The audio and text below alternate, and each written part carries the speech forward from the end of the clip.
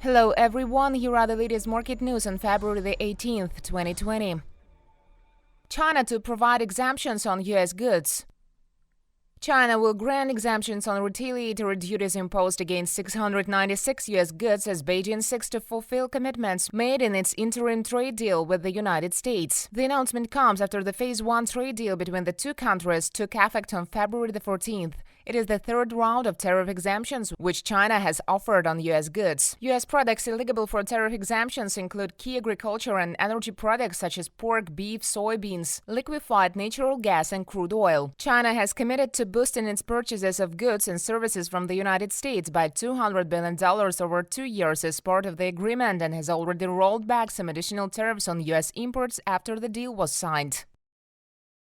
Global shares drop on pessimistic Apple outlook.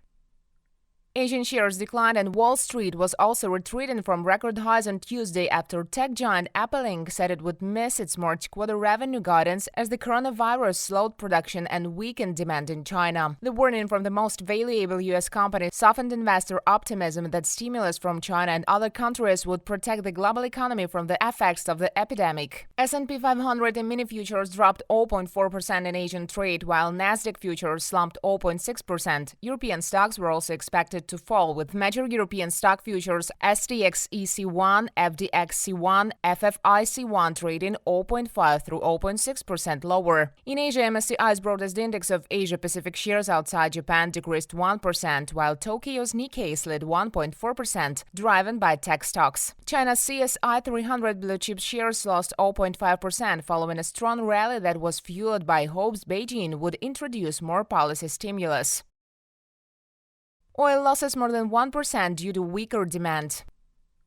Oil prices fell by more than 1% on Tuesday, led by losses in financial markets amid worsening concerns over the economic impact of the coronavirus outbreak in China and its effect on oil demand. Brent crude futures decreased 79 cents or 1.4% to $56.88 a barrel, while U.S. West Texas Intermediate crude contracts lost 57 cents or 1.1%, traded at $51.48 a barrel. The International Energy Agency said last week the virus was set to cause oil demand to fall by 435,000 barrels per day, year-on-year in the first quarter, in what would be the first quarterly drop since the financial crisis in 2009. HSBC Holdings plans to overhaul its business.